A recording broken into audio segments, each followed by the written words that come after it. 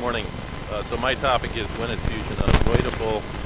We'll spend about 15 minutes on this, and I think there will be some overlap with some of the previous presentations. So we're talking, for those who have just arrived in the room this morning, we're talking about juvenile idiopathic scoliosis and other growing spine deformities. And the answer, the first slide, I guess in my opinion, the answer to the question, when is fusion unavoidable, is when the failure of more conservative techniques has occurred and when the natural history is one of progression.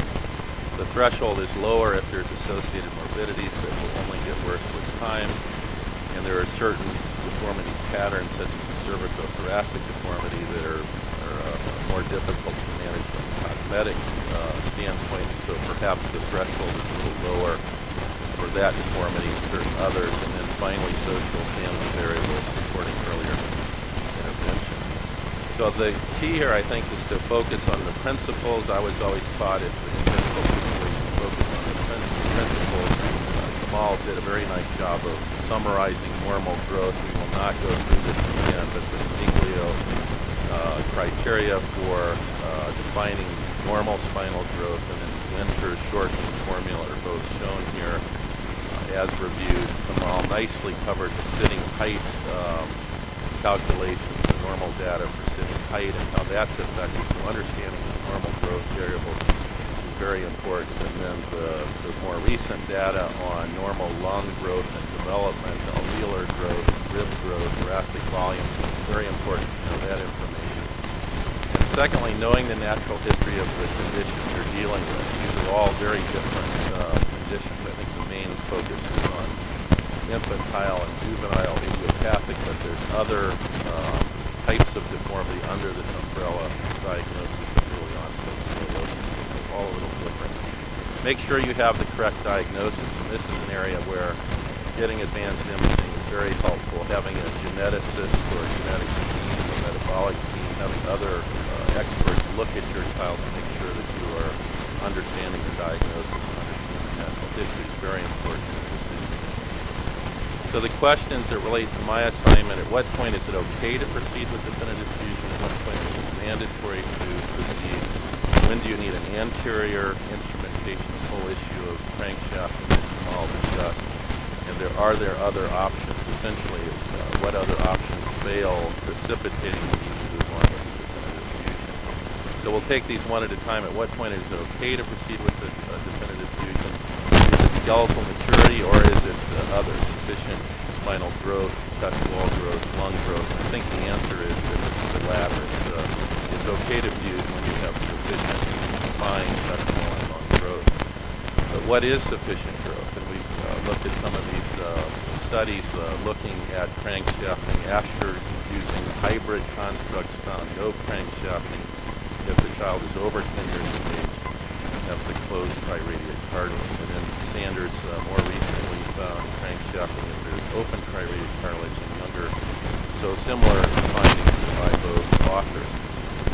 At what point is it mandatory to fuse? And this is my 2 cents. Fuse at any point after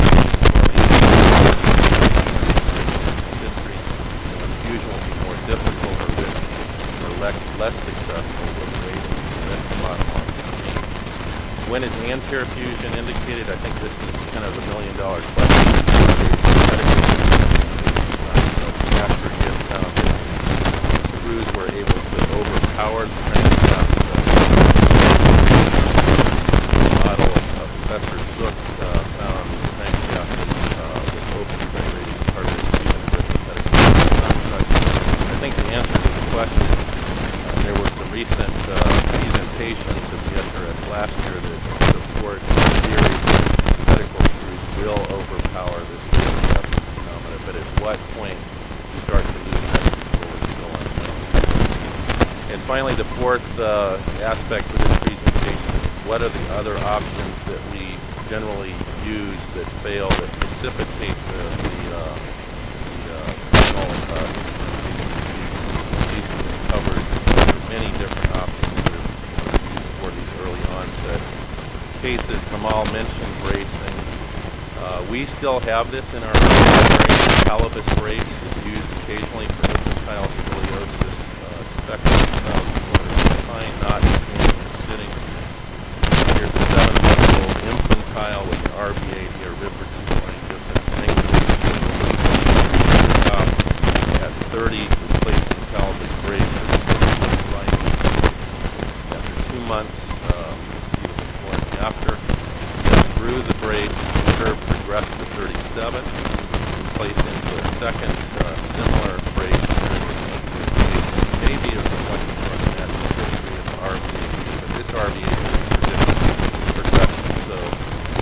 some data. The data is not strong, not definitive, but we use this for knowing the natural history of river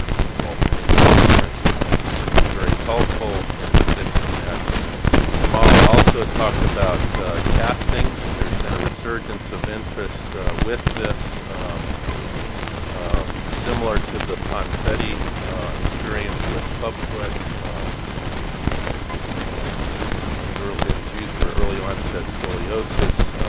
The previous technique, this or turnbuckle cast technique, this is really just an extension of that technique. I think Dr. Maida gives credit to Cottrell and their investigators for this. Here's a picture of her applying this cast. Here's 36 patients reported in JBJS. And I agree with Kamal. I think this is a technique that allows you to buy time. I don't think that there's any definitive cases. There are very few cases where this will provide a definitive answer for the patients. And many of these curves are too big for casting. But some respond. You can buy time. Test ball performance was not effective, flexible. Patients and parents will tolerate this.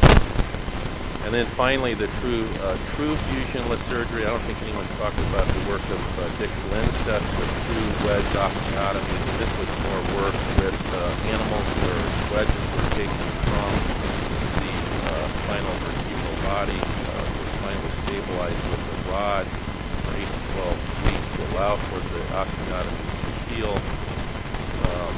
There is some clinical work from the Philadelphia Shrine. This was actually tried in 14 patients with variable results. I think this is a theoretical, still experimental procedure. The long-term efficacy is really not known. But this is the only technique where the growth centers of disc are truly avoided, as opposed to the relative fusion technique, vertebral body stapling, that has been discussed nicely by George, and historically has been tried both in animals and clinically prior to the more recent work by Randy Betts et al.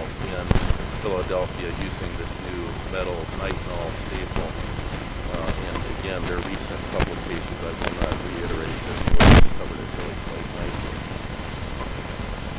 And then finally, the other tethers that George reviewed, the theoretical advantages of using this is known and discussed.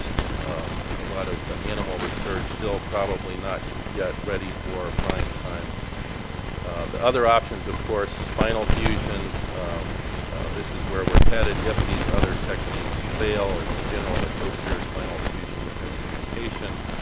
Occasionally nowadays with pedicle screws, anterior fusion is indicated, but very, very rarely in the setting of pedicle screws. Some of the spot weld procedures, I think, still have a role. The so-called convex hemiepiphyseodesis fusion, mostly indicated for congenital scoliosis, but also in other types of scoliosis, especially kyphosis, where there's a short, sharp segment, such as this 14-month-old patient with Cardi syndrome. In the lower right, you can see the kyphotic deformity, treated with a posterior wiring spot weld fusion, and this was enough to arrest the progression. This patient ultimately went on to have a good result. So you have to be careful that this is not done as a too little, too late procedure, but I think early on in certain cases is very helpful. And of course, hemivertebrectomy in instrumentation for the more common congenital scoliosis has worked very nicely, and there's a body of literature to support that. So my bias is the management principles are based on the correct diagnosis, a thorough understanding of the natural history. Rick mentioned the current belief that a short straight spine is better than a short crooked one, and that's no longer true. Consider the pulmonary situation, individualized, have lots of options. You're only tools for everything else. So I think it's great to have lots of different options. I'm not going to get into this after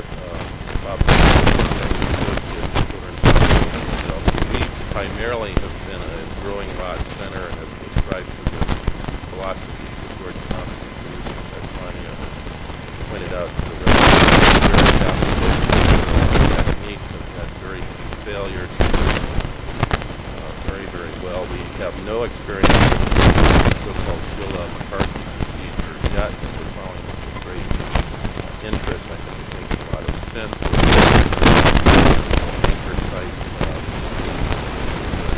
the techniques. The growing rods have been our primary treatment for early onset scoliosis. The vast majority of these early onset cases have been addressed satisfactorily with this technique. The wind is used after growing rods. The published recommendations are shown on your left. My experience has been if it's the old principle that ain't broken, don't fix it. Most of our growing rod patients who are skeletal mature, we do not remove and reinstrument. We are pretty much leaving them. If they're not broken, if they're not infected, I don't see a big reason for the majority to do a definitive fusion for those patients. So helpful factors in assessment, the natural history, sitting height, understanding all these physiological normal findings, family history and wishes, other associated conditions, pulmonary function testing is very valuable. Individualizing, knowing the principles. Some of these techniques, such as bracing and casting, 5 times, be able to utilize all good options rather than just one. So, in summary, the future will be a better understanding of the natural history and predicting perhaps the genetic basis of scoliosis that some of these genetic tests will allow us to predict. And there may be a role for these tethers and other biologic solutions. So when is fusion unavoidable? I think the failure of more conservative techniques in the natural history direction, the threshold is lower in certain Thank you very much. Thank you, John.